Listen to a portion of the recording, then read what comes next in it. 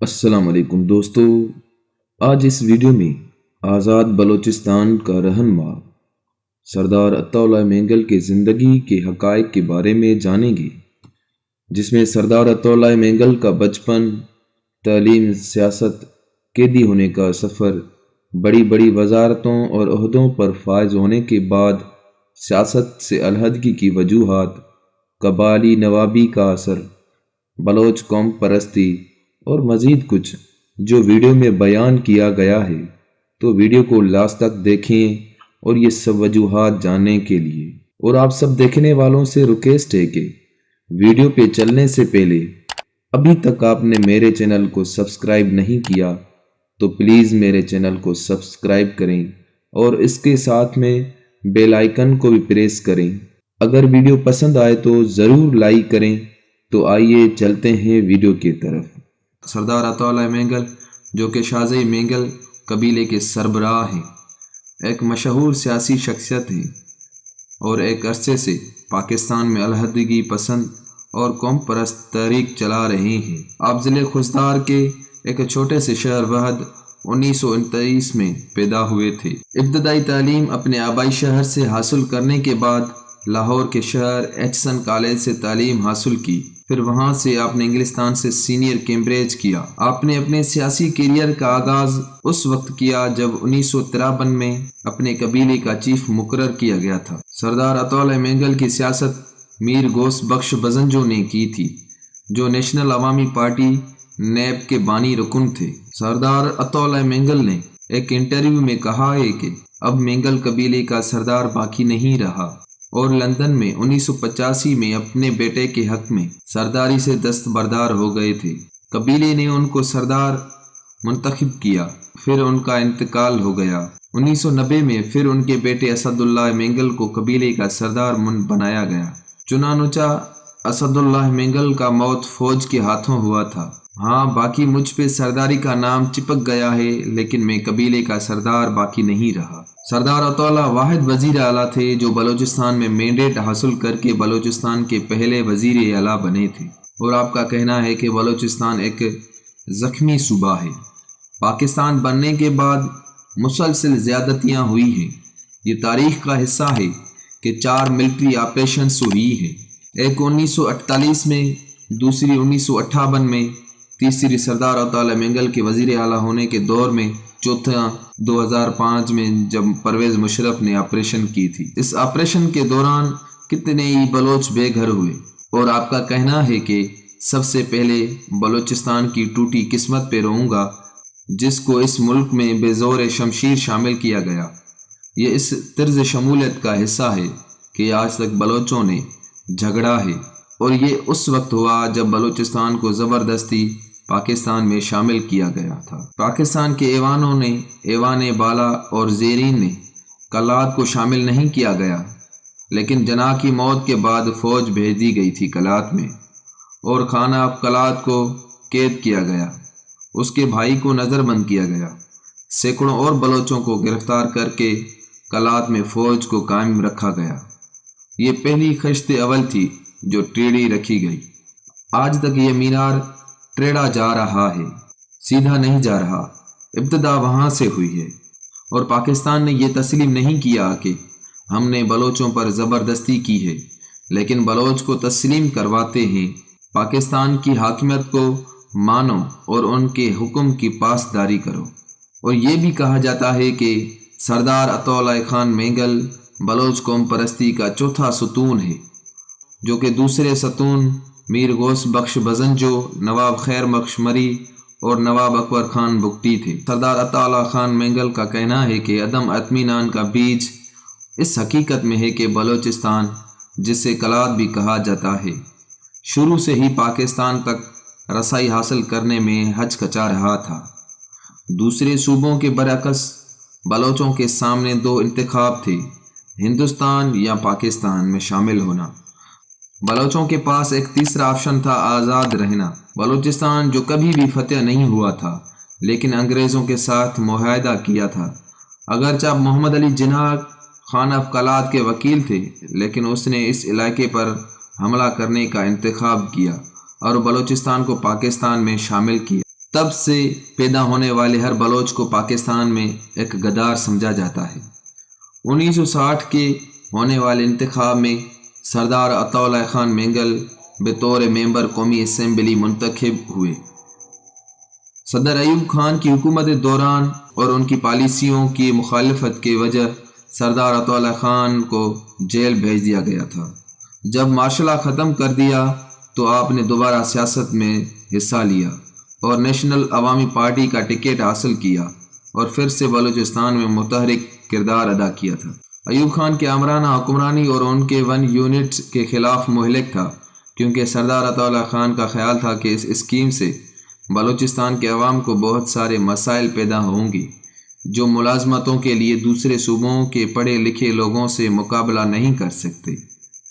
جب 1 یونٹ کو بازیافت کیا گیا تو سردار عطا اللہ مینگل نے تمام غیر مقامی اہلکاروں کے ڈومیسائل منسوخ کر دیے، ملازمت ختم کر دی اور انہیں بلوچستان سے باہر بھیج دیا۔ 1970-71 کے انتخاب میں نیب سے تعلق رکھنے والے بلوچ اور براہوی سرداروں نے 20 میں سے 8 نشستوں پر کامیابی حاصل کی۔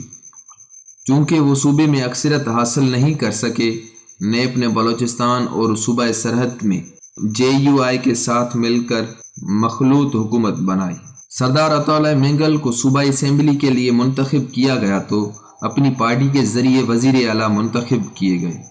وزیر اعلیٰ کی حیثیت سے اپنے قلیل وقت میں انہوں نے بہت سے اقدامات کو آگے بڑھایا، جس میں صوبے کی پہلی یونیورسٹی، میڈیکل کالج اور ثانوی تعلیم کا بورڈ قائم کیا اور ساتھ ہی اس صوبے کا پہلا صنعتی شہر ہب قائم کیا گیا تھا۔ ان کے بہترین کاوشوں کے باوجود نیب کی حکومت کئی بحرانوں میں ڈوبی رہی، جس کا نتیجہ آپ کی حکومتوں برخاست کر دیا گیا، جس کا پہلا واقعہ اس وقت ہوا جب محکمہ بلوچستان پولیس زیادہ تر پنجاب سے تعلق رکھنے والے افراد پنجابی تھے، چونکہ یہ انتظام موجود تھا کہ وفاق کے صوبوں میں ملازمتیں 1 یونٹ کی تحلیل کے بعد اپنے صوبے اصل میں واپس آ جائیں گے۔ بیشتر افسران نے اس بات کو چھوڑنے پر اصرار کیا۔ اس حقیقت کے باوجود سردار عطا اللہ خان مینگل نے بطور وزیر اعلیٰ بلوچستان اسمبلی میں ڈومیسائل کیٹیگری کو ختم کرنے کی قرارداد پیش کی اور تجویز پیش کی کہ جن لوگوں نے کئی نسلیں صوبے میں گزاری انہیں مقامی لوگوں کی طرح برتاؤ کیا جائے۔ بعد میں یہ الزام عائد کیا گیا کہ افسران کو پیپلز پارٹی کے حامیوں اور اس وقت کے وزیر اعلیٰ پنجاب غلام مصطفیٰ خیر کی کوششوں کے ذریعے رخصت ہونے پر اکسایا گیا۔ کسی بھی مؤثر اتھارٹی کو استعمال کرنے سے قاصر عطا اللہ خان مینگل نے سیکیورٹی میں مدد کے لیے بلوچ اسٹوڈنٹ فیڈریشن کا رخ کیا۔ اس کے نتیجے میں اس کے بعد اندرونی قبائلی تنازع شروع ہوا، جس میں بلوچ قوم پرستوں کا خیال ہے کہ اس وقت وزیر داخلہ نے خمیر لگایا تھا اور اسی طرح عراقی سفارت خانے میں اسلحہ کی دریافت اور نواب اکبر بگٹی کے لنڈن پلان کا اعلان اور نیشنل عوامی پارٹی کے ذریعے عراق سے پاکستان کو پامال کرنے کے لیے اسلحہ کے خیب کو بلوچستان کی صوبائی حکومت کے برطرفی کے بہانے کے طور پر استعمال کیا گیا تھا۔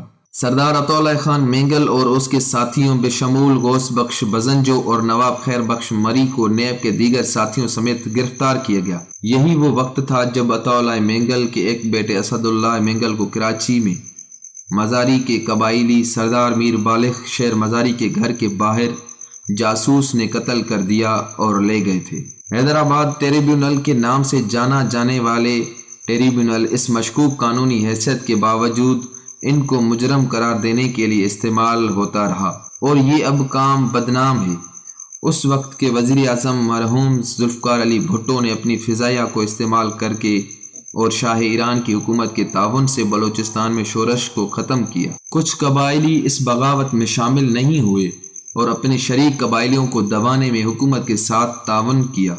حکومت اور پاکستانی فوجی انٹیلیجنس اسٹیبلشمنٹ کے ساتھ تعاون کرنے والے قبائلیوں میں میر ظفر اللہ خان جمالی کے خاندان کی سربراہی میں جمالی بھی شامل تھے۔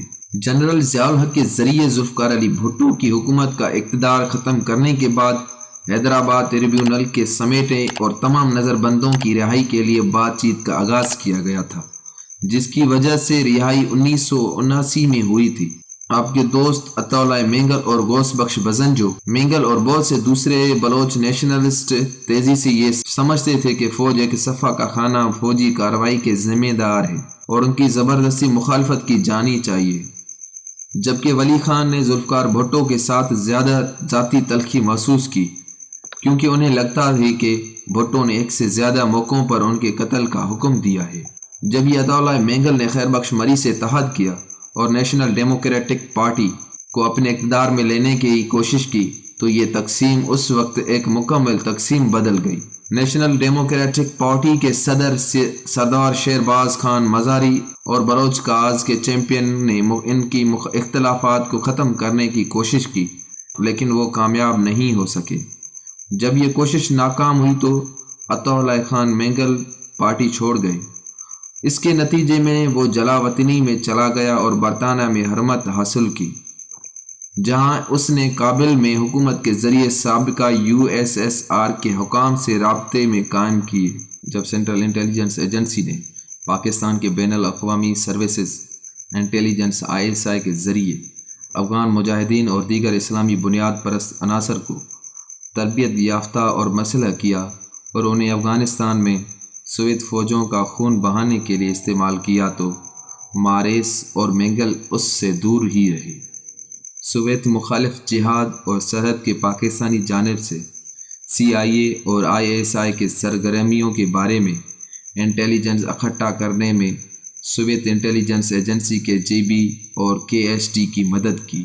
سردار عطا اللہ مینگل 1990 کی دہائی کے وسط میں بلوچستان واپس آئے تو اس وقت بلوچ نیشنل پارٹی تشکیل دی، جو صوبے کی سب سے بڑی سیاسی جماعت کے طور پر ابھری۔